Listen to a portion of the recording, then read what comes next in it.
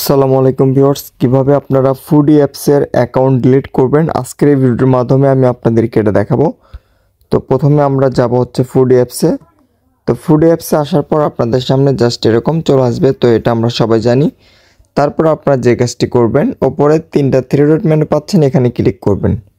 Click করার পর এখান থেকে জাস্ট আপনারা আপনাদের যে নেম আছে এই নেমের এই পাশে এখানে কলমের মতন বাটন, এটাতে ক্লিক করে দিবেন। ক্লিক করে দেওয়ার পর নিচের দিকে আসার পর এখানে দেখবেন ডিলিট অ্যাকাউন্ট নামে একটি লেখা, এটার উপর টাচ করবেন। টাচ করার পর এখান থেকে জাস্ট আপনারা এটাতে ইয়েসে জাস্ট ক্লিক করে দিবেন। দেওয়ার পর এখান থেকে জাস্ট ক্লিক করে দিবেন।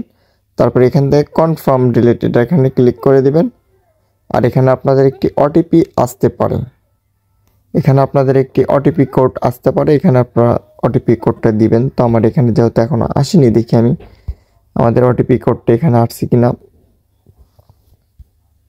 তো এখন আমাদের ওটিপি কোডটা আসেনি, এবার এখানে আমাদের অটোমেটিক ওটিপি কোড হয়ে যেতে পারে। হয়ে যাওয়ার পর এখান থেকে জাস্ট আপনারা কনফার্মে ক্লিক করে দিবেন, তাহলে আপনাদের কাজ শেষ হয়ে যাবে।